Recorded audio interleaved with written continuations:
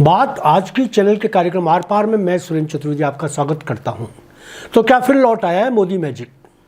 हरियाणा विजय के बाद मोदी मैजिक की वापसी हो चुकी है। गारंटी की गारंटी और मोदी है तो मुमकिन है जैसे नारे वापस लौट आए हैं। भाजपा फिर अश्वमेघ यज्ञ की तैयारी में है। 400 पार के नारे की जिस तरह दुर्गति हुई उसके बाद आरएसएस के आक्रमण से मोदी और शाह असमंजस में आ गए थे। अब इन दोनों नेताओं की सूझबूझ और दूरदर्शिता के सामने संघ बैकफुट पर आ जाएगा। हरियाणा के चुनाव को लेकर ईवीएम के दुरुपयोग वाले आरोप भी अब जनता के दिमाग में असर नहीं डाल रहे।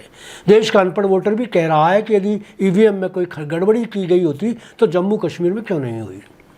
हरियाणा की अप्रत्याशित विजय ने यह सिद्ध कर दिया कि मोदी और शाह ने राजनीति की कच्ची गोलियां नहीं खेली। सियासत के पंडितों और मौलवियों को अब उनकी वह दूरदर्शिता समझ में आ रही है जो उन्होंने मुख्यमंत्री पद से खट्टर को हटाकर एकदम नए चेहरे नायब सिंह को बैठाकर दिखाई थी। तब बहुत कम लोग समझ पाए थे कि अच्छा भला राज चलाने वाले खट्टर को इतनी बेरहमी से हटा क्यों दिया गया और नायब सिंह जैसे नए चेहरे को मुख्यमंत्री की गद्दी पर काबिज क्यों करवा दिया गया। यह फैसला मोदी और शाह की रणनीति का दूरगामी हिस्सा था। किसी गैर जाट को मुख्यमंत्री बनाकर उन्होंने सिद्ध कर दिया था कि हरियाणा में सिर्फ जाट को ही मुख्यमंत्री बनाने की परंपरा तोड़ी भी जा सकती है। आम मतदाताओं में यह संदेश गया कि कोई प्रभावशाली जाट वर्चस्व भी हो तो उसको मोदी और शाह अवांछित कर सकते हैं।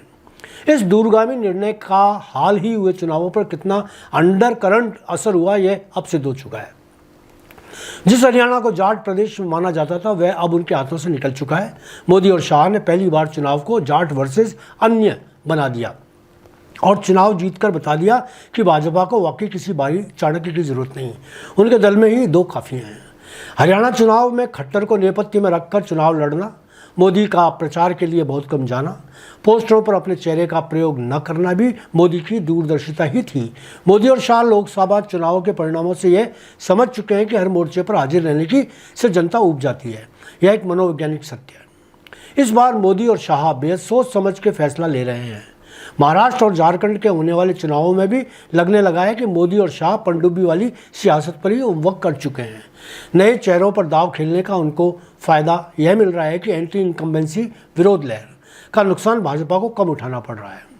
हरियाणा में खट्टर को हटाने और नायब सिंह को मुख्यमंत्री बनाने का लाभ उनको मिल चुका है। राजस्थान में एकदम नए चेहरे भजनलाल को मुख्यमंत्री बनाने के पीछे भी उनकी ऐसी ही कोई कूटनीतिक चाल नजर आ रही है।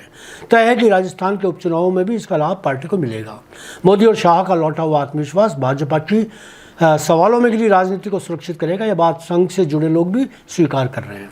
सबसे बड़ी बात तो लौटे हुए आत्मविश्वास की यह होगी कि भाजपा का नया राष्ट्रीय अध्यक्ष अब दबाव की राजनीति से नहीं बनाया जा सकेगा। मोदी और शाह पर कोई नाम थोपा नहीं जा सकेगा।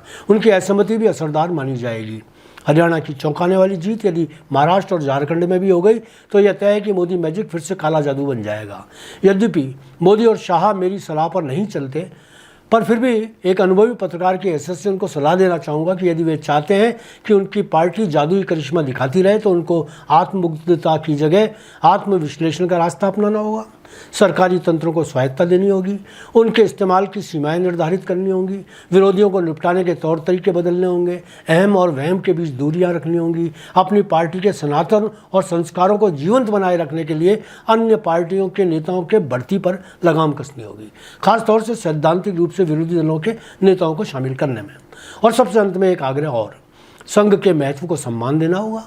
संघ भाजपा के लिए जनता में जान फूंकता है, समर्थन तैयार करता है। संघ के कार्यकर्ताओं की शक्ति को कम से कम मोदी को तो समझना ही चाहिए, क्योंकि उनकी तो परवरिश ही संघ की गोद में हुई है।